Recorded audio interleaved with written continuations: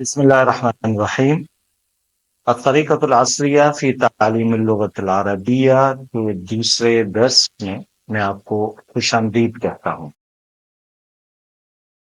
جیسا کہ ہم نے گزشتہ سبق میں عربی گرامر کے چند اصول جانے تھے اور اس میں ہم نے یہ پڑھا تھا کہ ھذا اس میں اشارہ ہے، لیکن وہ مذکر کے لیے خاص تھا۔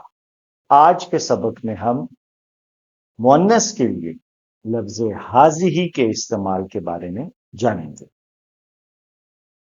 ایک تو چیز ہم نے ذہن میں رکھنی ہے کہ مؤنث کہتے کس کو ہیں، تو مؤنث مادہ اردو میں کہا جاتا ہے، جنس کی بات ہے، کیونکہ ہمارے الفاظ یا مذکر ہوتے ہیں یا مؤنث ہوتے ہیں، جیسے امرأۃ، شاۃ، شجرۃ۔ اب ہمیں معلوم کیسے ہوگا کہ یہ لفظ مذکر ہے یا مؤنث؟ تو اس کی پہچان یہ ہے کہ اس کے آخر میں عام طور پر گول تا ہوتی ہے جو وقف کی حالت میں ہا کی آواز دیتی ہے۔ اگر آپ غور کریں کہ یہاں ایک لفظ استعمال ہوا ہے عام طور پر، یہ میں اس کو نشان بھی لگا دیتا ہوں، یہ لیجیے، عام طور پر کا لفظ استعمال ہوا ہے۔ اس کا مطلب یہ ہے کہ خاص کوئی اور ایسے مواقع ہو سکتے ہیں کہ جس میں گولتے استعمال نہ ہو، جس کا جواب ہے جی ہاں، بالکل ایسے ہیں، بٹ اس وقت عام کی بات ہو رہی ہے۔ جب اس کا وقت آئے گا تو انشاءاللہ ہم اس کو بھی بتا دیں گے۔ قاعدہ، حاضی اس میں اشارہ ہے، ایک، مفرد مؤنث کے لیے استعمال ہوتا ہے، دو، جبکہ وہ نزدیک ہو، جیسے ہذہ امرأہ یا ہذہ امرأۃ۔ امرأہ کہتے ہیں عورت کو، یہ عورت ہے، جو کہ قریب ہو، اس کا یہ ترجمہ بنے گا۔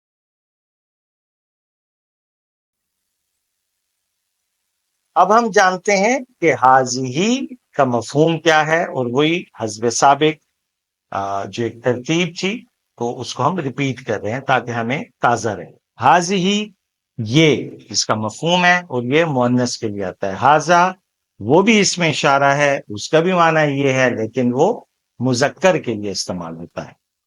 لفظ ما اس سے مراد ہے کیا، اور من سے مراد ہے کون۔ لفظ حاضی کا استعمال دیکھیں گے کہ کیسے، جیسے ہم نے گزشتہ سبق میں لفظ حاضہ کا استعمال کیا تھا، اور یاد رہے کہ وہ اس میں اشارہ مذکر کے لیے تھا اور یہ اس میں اشارہ مؤنث کے لیے، جیسے ہذہ ساعۃ، ہذہ کراسۃ، ہذہ زہرۃ۔ تو کسی بھی چیز کے بارے میں جب ہم اطلاع دے رہے ہیں تو ہم ہذہ اور اس کے بعد اس چیز کا نام بیان کر دیتے ہیں، تو پتہ چل جاتا ہے کہ یہ گھڑی ہے، یہ کاپی ہے، یہ پھول ہے۔ لیکن اگر اسی کا ہم نے سوال بنانا ہے تو کیسے بنایا جائے گا؟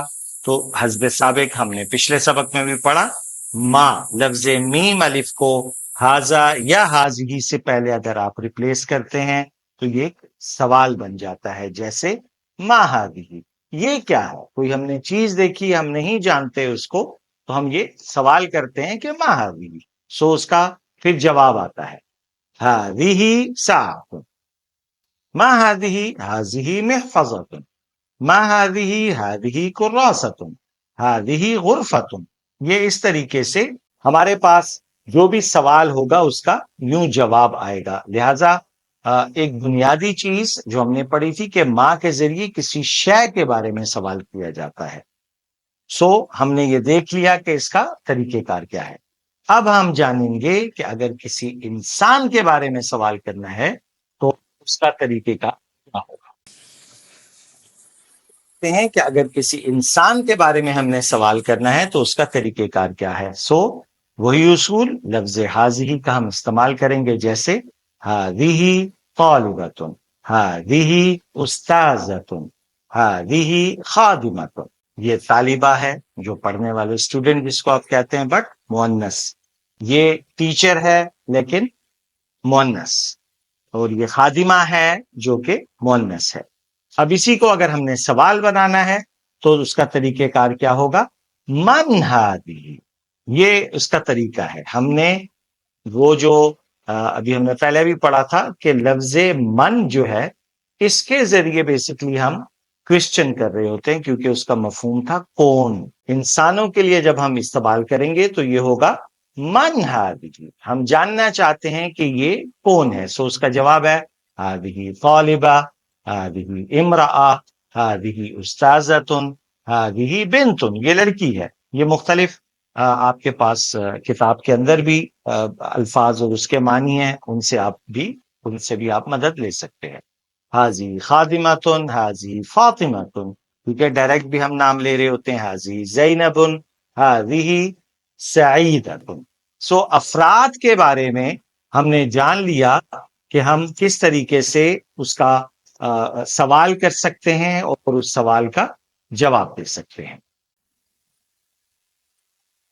کتاب کے اندر اگر ہم دیکھتے ہیں تو وہاں الفاظ اور اس کے معنی بھی ہیں، اس کو ضرور پہلے دیکھ لیں، کیونکہ کچھ نئے آپ کو شاید الفاظ بھی نظر آ رہے ہوں گے، جیسے قلاسہ ہے، قلاسہ معنی جھاڑن کے ہے۔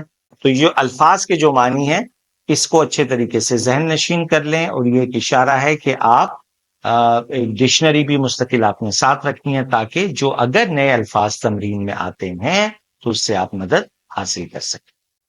اب ہم تمرین کی طرف آگے، تو اگر آپ اپنی کتاب کے صفحے کو پلٹیں، صفحہ نمبر 12 ہے، تو وہاں تمرین میں لکھا ہوا ہے کہ ان الفاظ کو ہی کے ساتھ ملا کر پڑھیں۔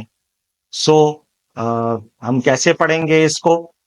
تو ہم نے بہت سمپل طریقہ ہے،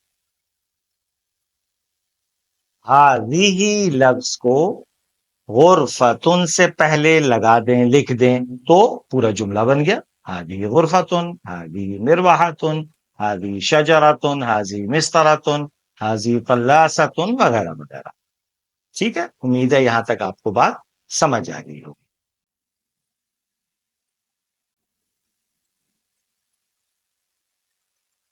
اب ہم اردو سے عربی کا ایک جملہ بنائیں گے، جیسے یہ کمرہ ہے، کمرے کی عربی ہے غرفہ، اور یہ ہادی، تو ہم نے کیا کیا؟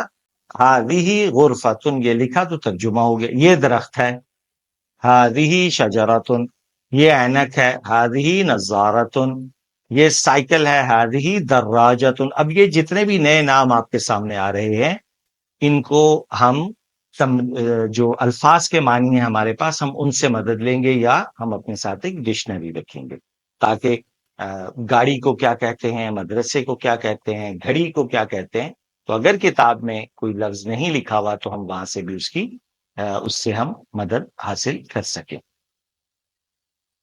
اب اس سے اگلی جو چیز ہے وہ ہے اردو میں ہم نے ترجمہ کرنا ہے ایک عربی جملے کا، اور وہ کیا ہے؟ بہت سمپل، ہذہ مروحۃ۔